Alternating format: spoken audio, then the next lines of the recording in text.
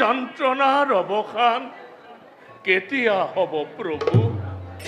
কেতিয়া হ'ব পিতা বাছা নহয় পিতা এয়া বিধাতাৰ দান আৰু ইয়াক বিধাতাৰ দান বুলি গ্ৰহণ কৰা বিনা প্ৰতিবাদে বাছা এয়া বিধাতাৰে দান নহয় বাছা আই এয়া যে বিধাতাৰ দান নহয়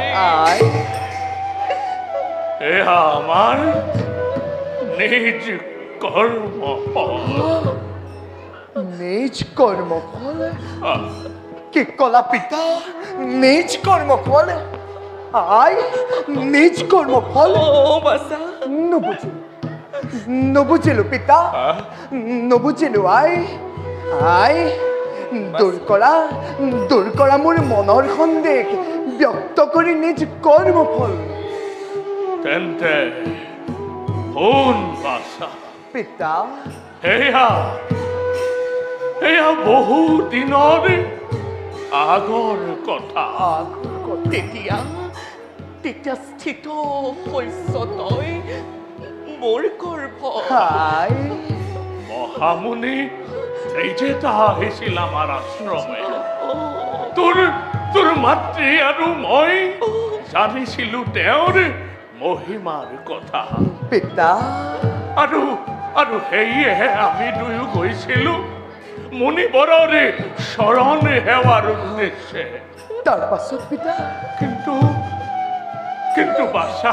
পিতা দেখি তেওঁৰ কুৎসিত পদযুগল ঘৃণাতে আমি দুয়ো মুদিছিলো চক্ষু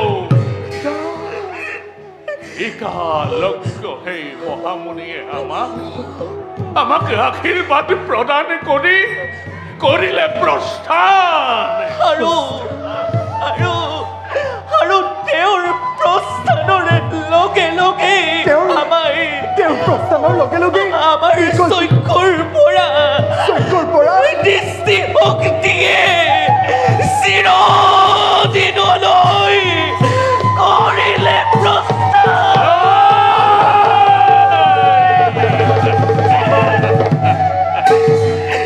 অনন্ত অন্ধকাৰে আমাৰ জীৱনৰ সৰ্বত্ৰ আমাৰ জীৱনৰ সৰ্বত্ৰ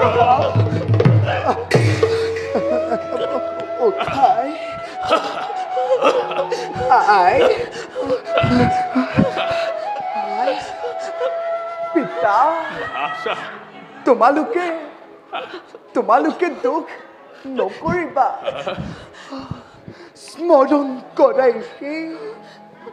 স্মৰণ কৰাই সেই অতীতৰ নিৰ্মম কাহিনী নজ্বলাবা পিতা নজ্বলাবা আৰু তুমি সকলো শুনি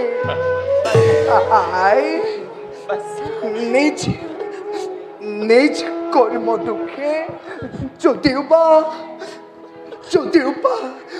অন্ধত্ব কৰিলা গ্ৰহণ তথাপিতো দূৰ হ'ল দুয়োৰে মনৰ অন্ধত্ব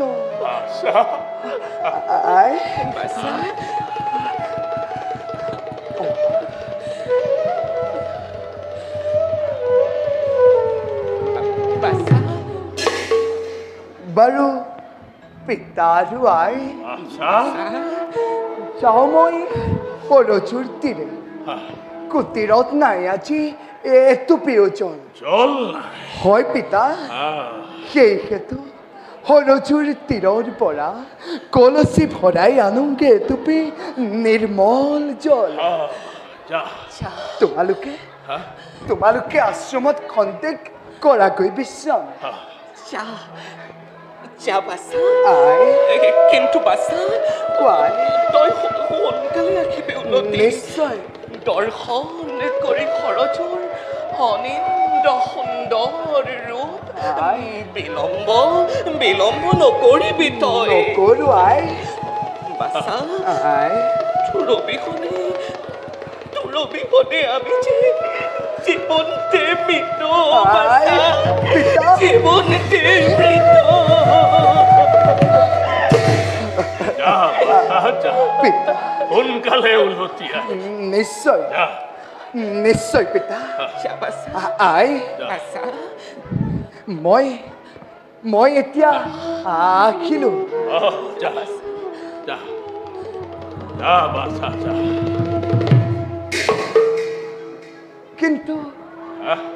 কিন্তু পিতা আৰু আই কি বাছা মই নথকা অৱস্থাত আহ তোমালোকে দুয়োৱে যাতে কুটিৰৰ পৰা বাহিৰলৈ নোযোৱা মই এতিয়া আহিলো আই মই এতিয়া আহিলো যা যা নাযাওঁ যা যা বাছা সিন্ধু পিতা তই গলি নে হয় পিতা মই আহিলো যা মই আহিলো আই বাছা যা যা সোনকালে উলটি আহিবি যা যা বাছা যা যা প্ৰিয়ে নাথ মন কৰিলানে তুমি নাথ দিনক দিনে আমাৰ বাছা কিমান ডাঙৰ হৈ আহিল কিমান জ্ঞানী হ'ল কেতিয়াবা মই তাৰ মুখত শুনি কিছুমান জ্ঞানগৰ্ভ বাণী স্বামী মই যে নিজেই বিস্মিত হৈ যাওঁ আৰু তেতিয়া কেনে লাগে জানা প্ৰিয়ে কেনে লাগে স্বামী সি যে আমাৰ সন্তান নহয় হস্ত কোনো এক সৰগৰ দেৱতা সত্যত কটাইছে জীৱন অভিশাপ মোচনৰ বাবে আৰু কেতিয়াবা কেনে লাগে জানা প্ৰিয়ে স্বামী সি যে তোমাক মোক এৰি থৈ চিৰদিনৰ বাবে গুচি যাব আপোন স্থানলৈ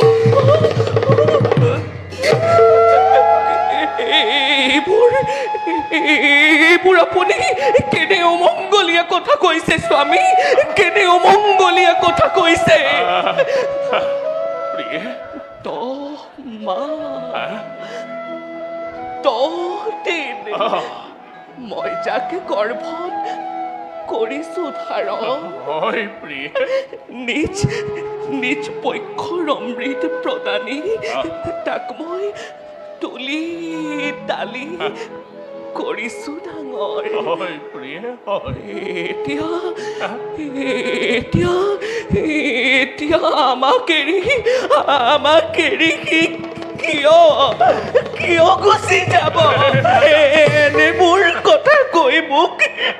মনো কষ্ট নিদিব নাযায় প্ৰিয়ে নাযায় প্ৰিয়ে নাযায় কলৈ নাযাব মই মাত্ৰ মোৰ মনলৈ অহা কথাটোহে কৈছিলো তুমি দেখোন কান্দিহে পেলালা বাৰু বলক স্বামী ব'লা আমি কুটিৰতে লওঁগৈ বিশ্ৰাম ব'লা প্ৰিয়ে ব'লা বলক ব'লা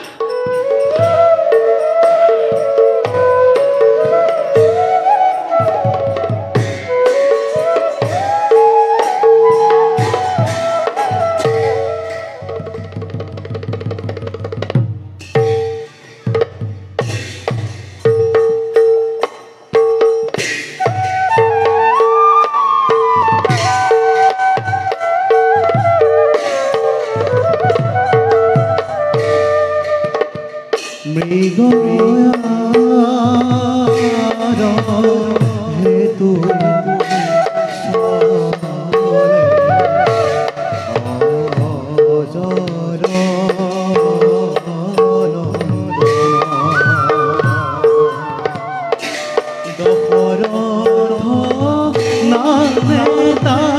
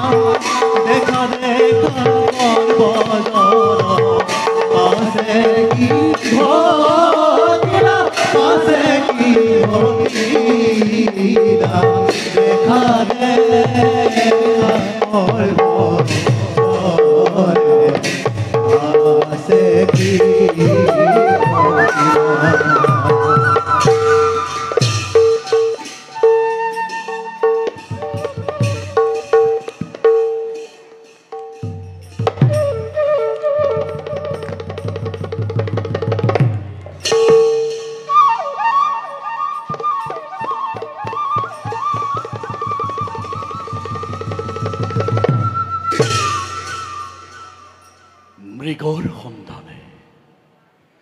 আহি আহি উপস্থিত হলোহি সৰজু নদীৰে দুৰ্ঘোৰ অৰণ্যৰ মাজে। মোৰ অলক্ষিতে কেনিনো হেৰাল সেই সুন্দৰ হৰিণ। ভাবিছিলো জীৱন্তে ধৰি সেই দুৰ্লভ জীৱ উপহাৰ ৰূপে প্ৰদান কৰিম তিনিও ৰাজমহিষীক। স্নেহে পালন কৰি সেই বনৰীয়া জীৱ হয়তো ক্ষণিকৰ বাবে হ'লেও পাহৰিলেহেঁতেন সন্তানহীনতাৰ দুখ।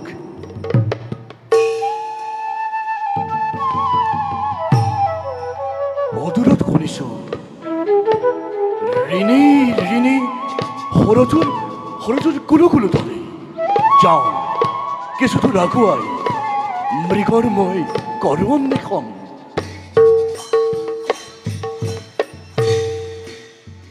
ও হরি ও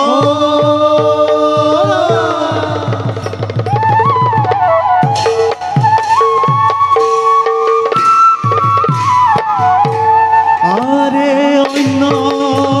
হাতে গজরাতে দলক্রীড়া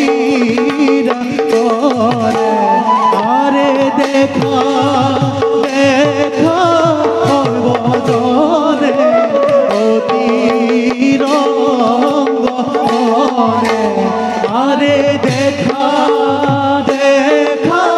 সর্বজনে অতিরঙ্গনে।